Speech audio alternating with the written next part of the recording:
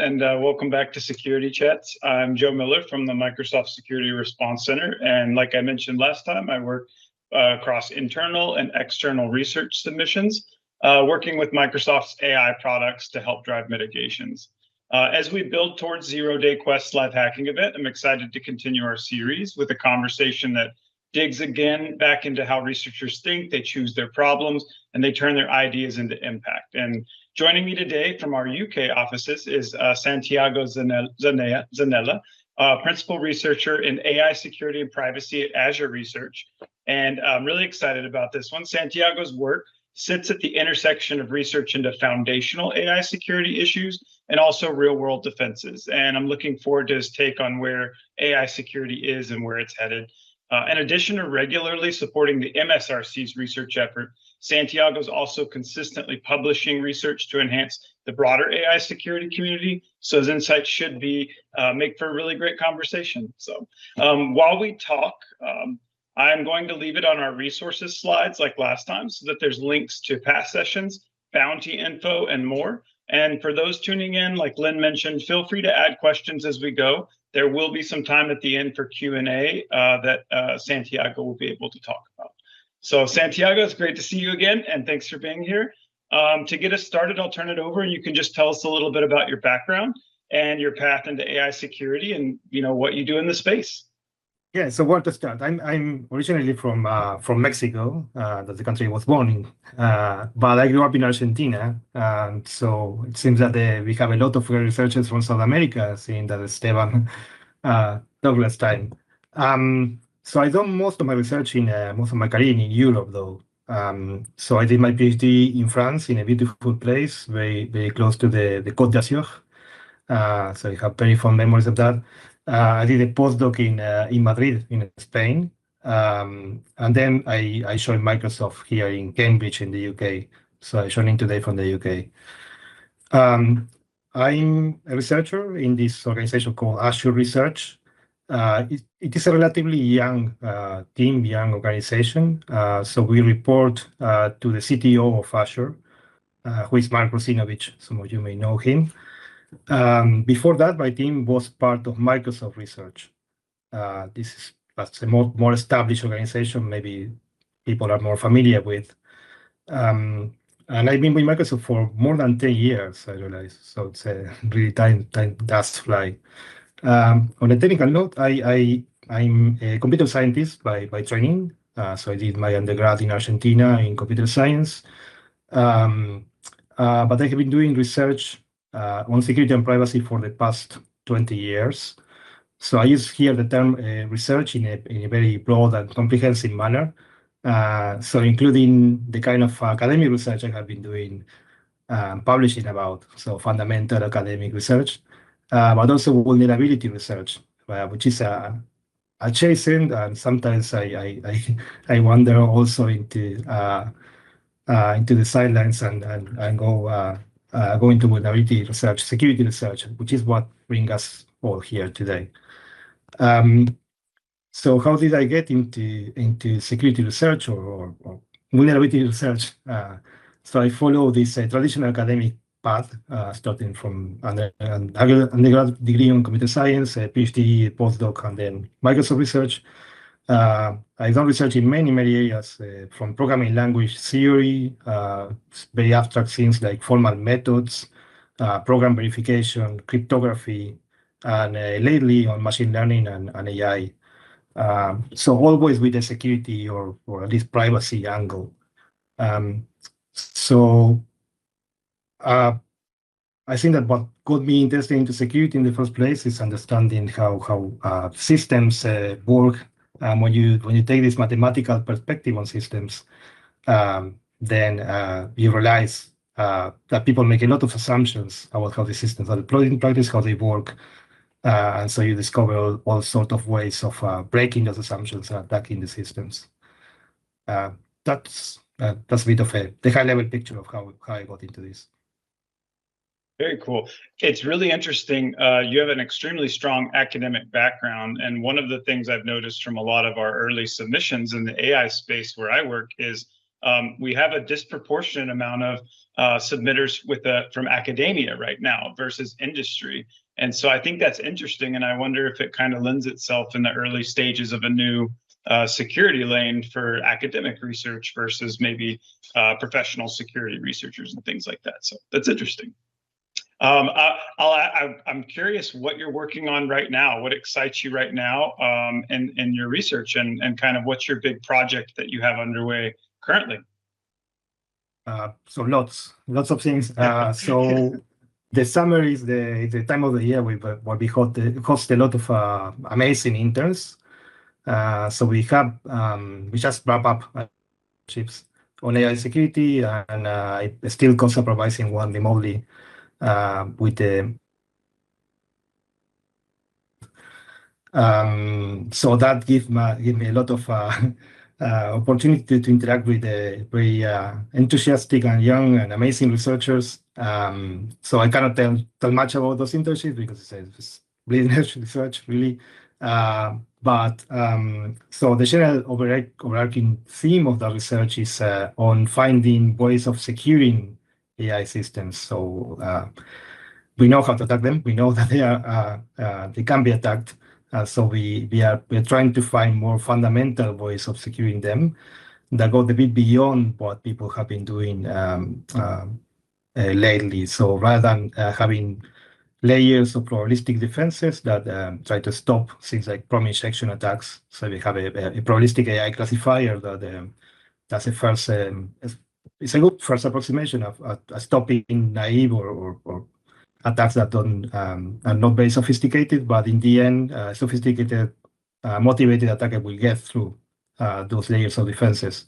So we're trying to have also a more deterministic harness that stops that kind of attacks. So assuming that you have a successful indirect prompt injection attack, then you may want also to stop your AI system or agent from doing harm, and that's best done using deterministic defenses, traditional defenses, rather than throwing more AI into an AI problem, right?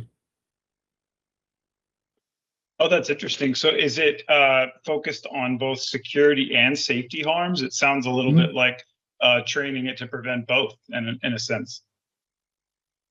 Yes, so it's more security than safety. So safety is a very, very hard problem because it's still defined. We know what are security issues. We don't know how to define the limits of what is unsafe or what is considered safe, and things are shifting all the time. So as a society, we evolve. I think our understanding of what is safe behavior shifts, and also the system that we want to build shift. So it's more like more of a matter of stopping traditional security attacks, and the main example is indirect prompt injection. So yeah, that's what we are doing right now. I'm very excited about how we will end up with these defenses in practice, and where they will stand the proof of time. Very cool. And that kind of leads me to my next question about sort of trends that you're seeing across AI security. So we've noticed that there tends to be a trend of like prompt injection leading to data exfil, and then now we're moving into we've seen some sort of agentic AI security popping up. And what kind of trends are you seeing in your research, sort of industry-wide, that you would want to call out?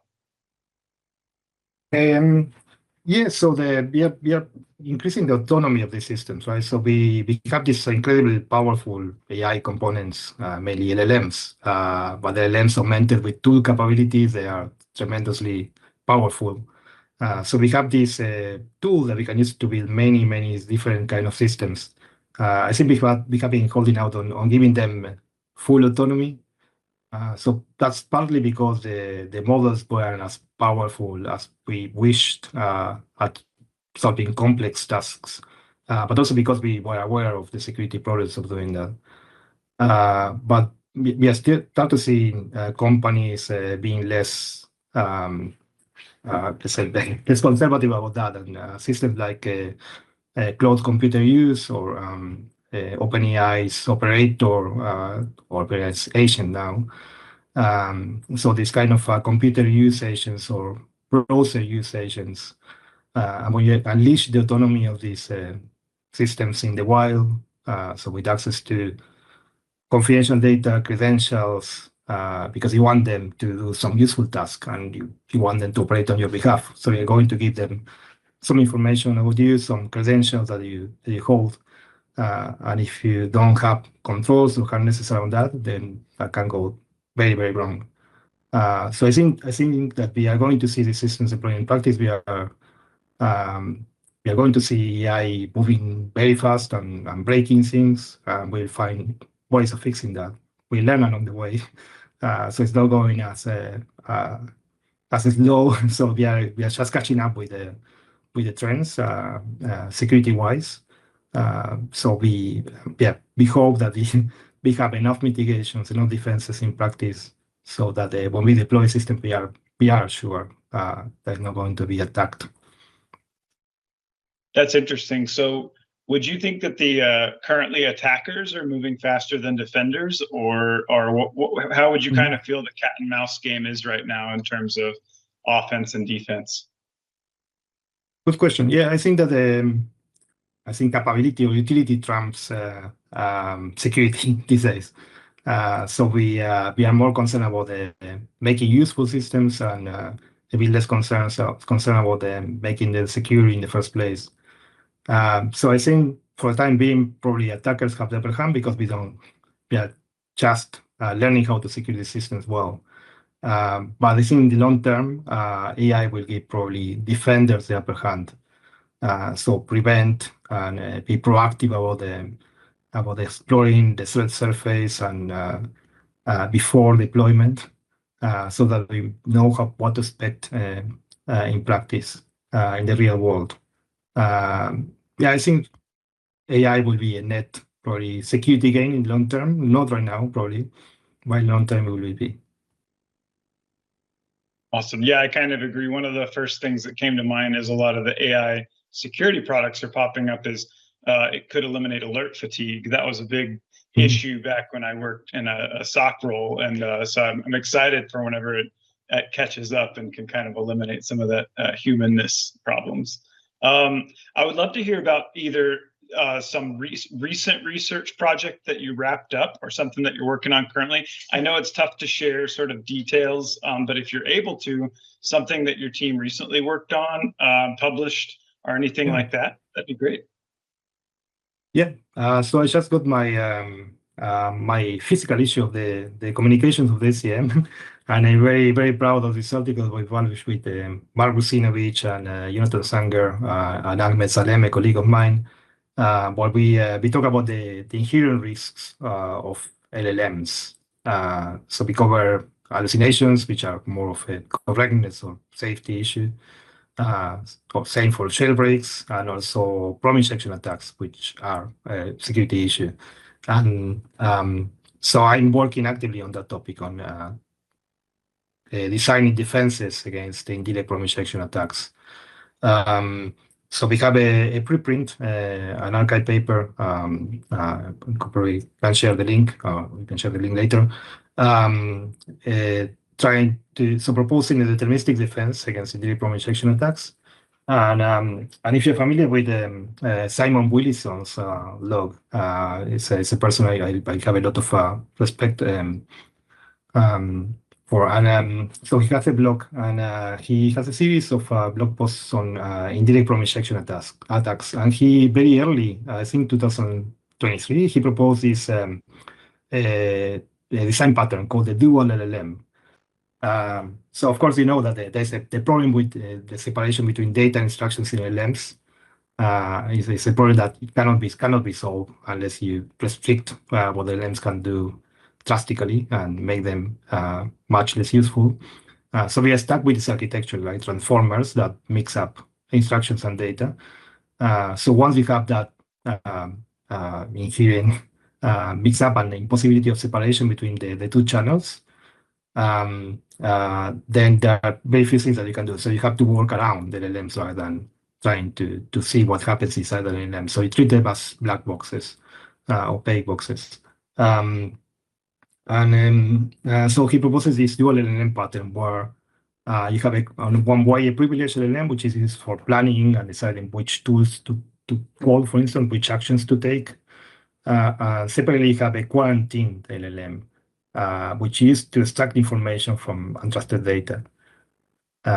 So it turns out that this is quite powerful and it stops a lot of indirect problem injection attacks already. But we can go a bit further than that. And we do that in that paper. So what we do is we still have this quarantine LLM, the privileged LLM that does the planning, but we track information flow through the agentic system. So meaning that every time your tool ingests some data, every time you read some data from the world, you assign a label to it. So either the tool gives it to you, or you have to write a wrapper that does it. So if you are reading, let's say, browsing the web, the public web, and you don't trust the website, then you will consider that information as untrusted. It turns out that you can propagate this label. So once you have a data in your context that is untrusted, then you can propagate everything that is tainted by this information. So you put in the prompt of an LLM, you have to consider that the output is also labeled as untrusted. If you do that, then you can enforce security policies and say maybe you have a tool that does a bank transaction, so you don't want that tool to be influenced by untrusted data. So you only allow the agent to call that tool if the context is fully trusted. You can have also policies for enforcing or preventing data filtration. So saying that if you consume confidential data, then you're not going to be able to call certain tools like sending emails to external senders, external recipients, things like that. So this is what people propose in the paper. So taking the dual LLM decide pattern and augmenting that with information flow control. That's super interesting. Is it out of curiosity? Is this super token intensive? Is it fairly efficient, or yeah? What's your take on that? I know that's been a problem for some other solutions in the past. It's just been that it was pretty token intensive. Yeah. Great questions. Yeah, so there's one technique that we use, which is already part of the design of the dual LLM pattern, which is we call it variable passing. So whenever you get a tool result, rather than letting that result get into the context of the agent, you can put it in a variable. So pretty much like a programming language. So you store in the memory of the orchestrator. And then the planner can refer to the variable. It can pass it to other tool calls. It can pass it to the quarantine LLM to extract some information. And in that way, you don't expose the agent to that data directly. And that has some implications for token usage, because if you're using variables and maybe a result that can be several thousands of tokens long, then you have all those savings. On the other hand, because you have this extra tool calls to quarantine LLMs and for maybe expanding variables, then those tools also increase the token usage. So we are finding ways of optimizing token usage. So far, we haven't done that intensively, but we believe it can be done. And so right now, we are seeing in the order of maybe 3 times a token usage expansion.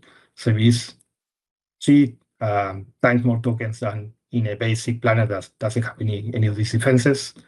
But it can be brought down by saying that we can probably get within a 10% overhead, something possible. Excellent, thank you. And then, so that's what you're working on right now. And then I'm curious, with how quickly everything's been evolving, it feels like in the blink of an eye, we're on to the next phase of AI products and services that are released by all the key players right now. What do you see as the next big security frontier in maybe the next 6 to 12 months, or further out if you think it's a little further? But what do you think is the next big thing? Well, I said before that computer use agents and browser use agents are coming up. It's going to be an interesting time. So I think that in the next 6 to 12 months, that's probably what we are going to be focusing on. So there are going to be a lot of security attacks against these systems, a lot of maybe new ways of defending against the security attacks. we will learn, and I wouldn't bet that the systems are here to stay, because it seems a bit unnatural for agents to interact with the interfaces that are designed for humans. So I think that longer term we'll have user agents or process agents or computer agents using other interfaces that are not designed for humans, are designed for LLMs. We are still not there, but of course, major websites and major services are all going to design APIs that are better fitted for agents. But if you want the agent to use your computer in the same way as you, maybe there is no other way, right? Maybe for some applications, you will be using these agents. Absolutely, yeah. And so kind of thinking about this is a lot of really great information. And one of the most common things we get asked is, how do they get started in this? So we have sort of two schools of thought. We have traditional security researchers that maybe work in web app pen testing or identity or something, and they want to get into AI research, but they don't necessarily know where to start. And maybe they're a 10-year veteran. And then we also have a group that is brand new to research, and they're just really excited to work on a disruptive technology. So there's a big question, but sort of what would you recommend for people wanting to get started in this space? Maybe both for your seasoned professional and also for people that are just wanting to get curious. Very good question. Yes. So I think there's no better time than now to start getting started in AI security. I'm learning on the way all the time. So I think that I'm also at a disadvantage compared to young researchers who are just starting. So it's a very good time to get started in this. Of course, Microsoft Zero-Day Quests is also a great initiative, and we are seeing also other initiatives from other companies and even security institutes, national security institutes. So there are lots of great resources there.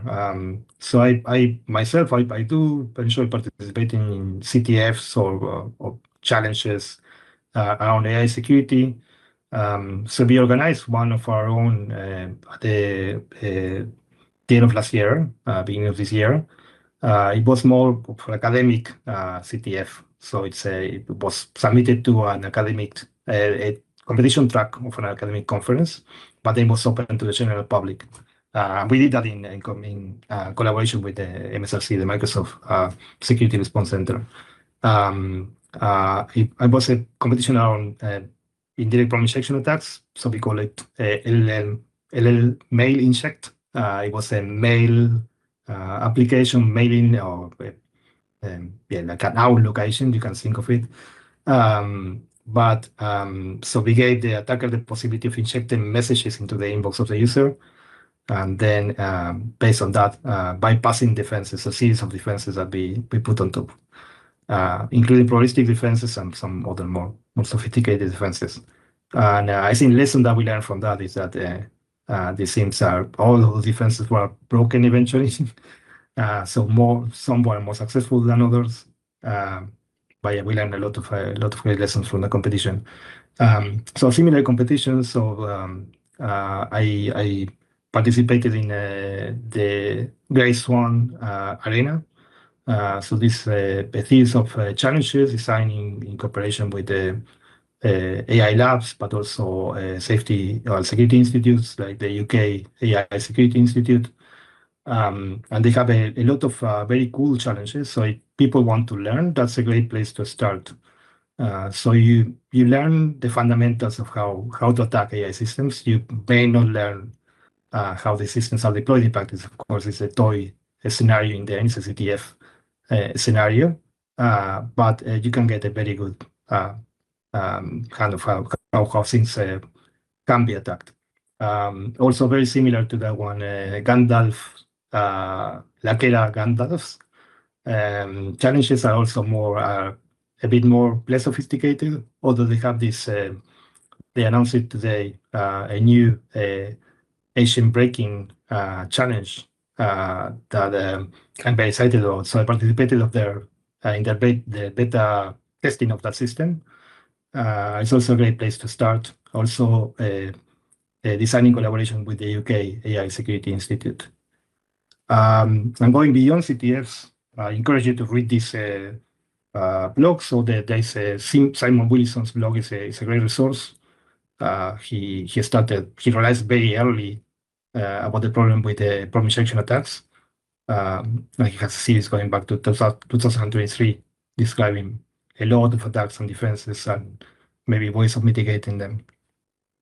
Also in the same style, I think that Esteban also mentioned that you have Rexberger's blog.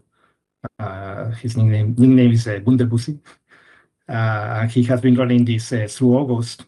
He had a series of blog posts once a day. He called that the month of AI bugs. Also extremely interesting. Also a very, very good picture of what is out there and all the kind of attacks that people have tried in practice.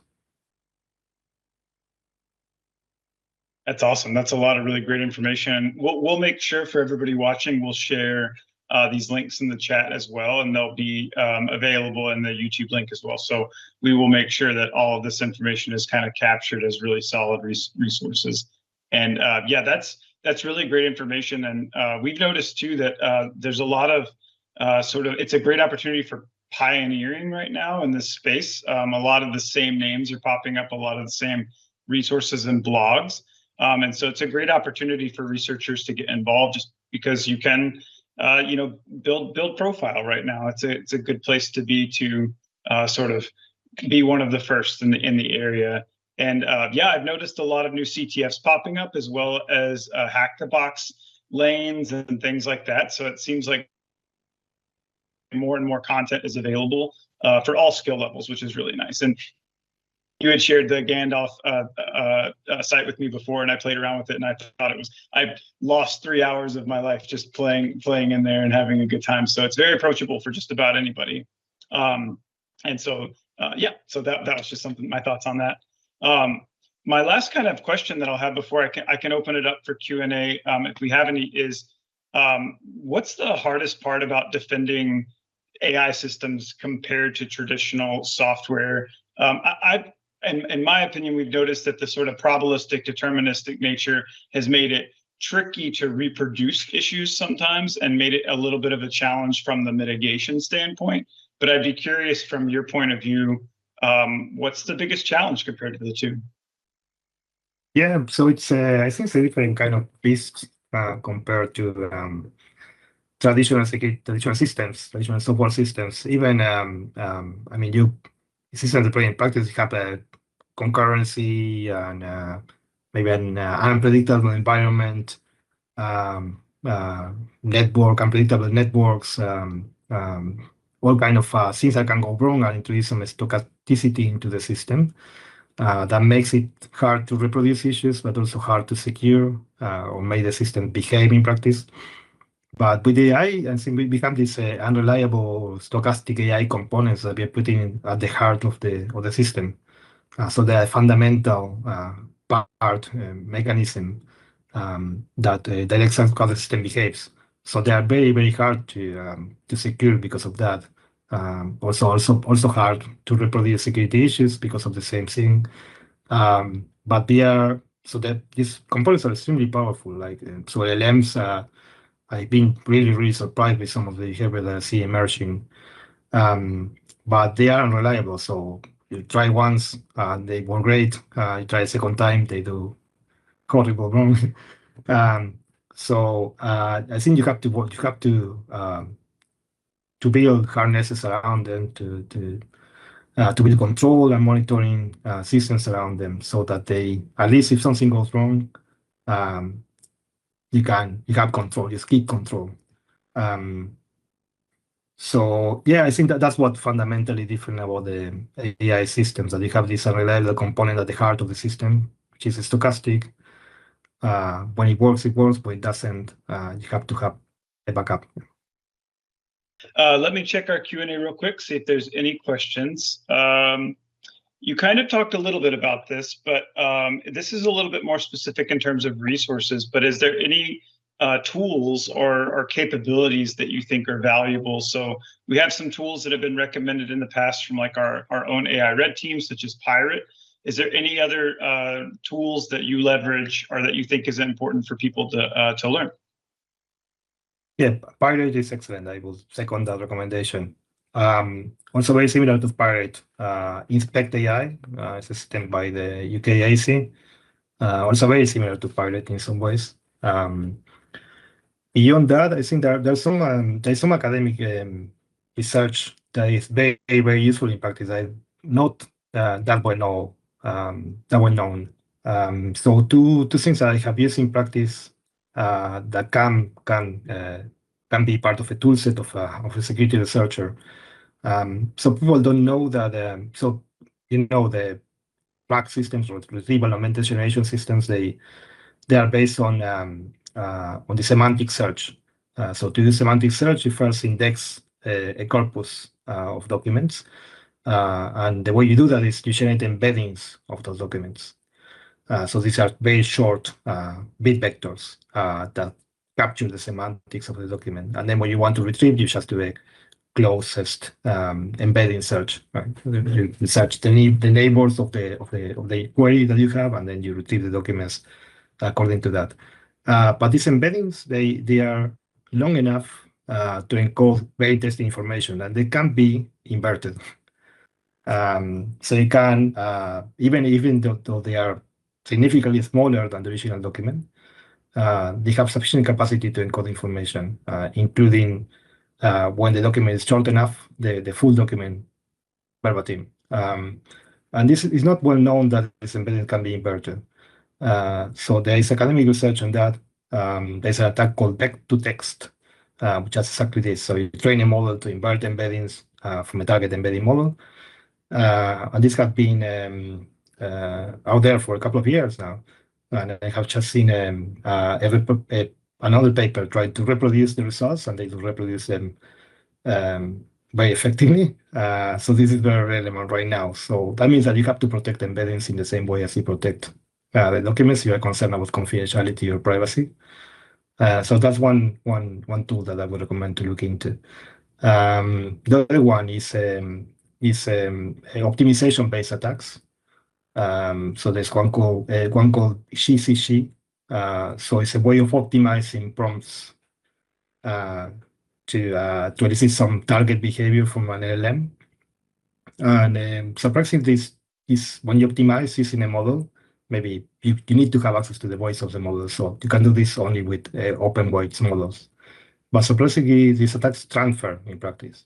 So you train them in an open voice model, and then you can apply that to another proprietary model. So they work less well, but they do work. So that's another tool. It requires some sophistication, right? So you have now to have access to GPUs. You have to have at least some programming experience and experience working with LLMs, but they are also very powerful. Interesting. Awesome. Thank you. That was really great resources. It looks like the last question we have from the group is around misconceptions right now in AI security. And I can kind of add to this is we have a lot of there's a lot of sensational information available right now just because it's a hot topic. Every sort of blog that possibly can adds AI security onto it. And are there any big misconceptions that you would want to kind of clear up around AI security right now that most people kind of maybe misunderstand? Yes, absolutely. So I think that the idea that it is possible to solve security issues like prompt injection, throwing more AI into the problem, that I think that's deeply ingrained, and people hope that at some point we will have this separation between instructions and data, or infallible classifiers that will be incredibly difficult for attackers to bypass. In reality, I think that there is no hope of doing that. So I think that fundamentally we need, of course, all these things can be ingredients. They have their place. But eventually we will need something more powerful than that. So I think we have to abandon these probabilistic mitigations, which are very easy to deploy, very easy to patch. But if you pursue this path of patch after patch, you're not going to end up with the secure system. So I think we need fundamentally something different, some different approach. And I have a lot of hope in these deterministic harnesses in information flow control or the things like the dual-LLM pattern. So there's our paper. There's also a paper by Google in mind, very similar. There are also other academic papers. I think this is a trend that I've seen. So people realizing that the probabilistic mitigations are not enough, and then starting looking at other approaches. Excellent. Yeah, I was just going to say the misconception you mentioned. You're already working on a solution, so that's that you're already doing research in that area. So that's really great. Well, that's all the questions that we have. Santiago, I'd love to turn it over to you for any closing thoughts, anything that you want to wrap with, and then we can hand it back over to Lynn for some closing information. So, Santiago, I'll give it to you for some closing thoughts. Thank you. So I encourage everybody, even if maybe you don't have programming experience, there's very low effort involving to getting involved into AI security these days. So it's a great time to start, and Sales AI Quest is a great initiative to do that. So just play around with it, with the systems, try to break them, try to think from the point of view of an attacker, what are the assumptions that the designers made that may not hold in practice, try to work around them. Yeah, just generally, it's a great time to start. So don't be afraid, don't be intimidated. I do have a lot of experience doing academic research and security research, but I don't see what's necessary to do. I mean, maybe the mentality is necessary, but not the academic background and experience. Excellent. Yeah, we're seeing researchers from all different backgrounds submit to the MSRC, and it's been pretty fascinating. The barrier for entry is both high and low right now, and we want everyone to be working on research in this space. And with that, Lynn, I'll turn it back over to you, and you can close us out. Thank you.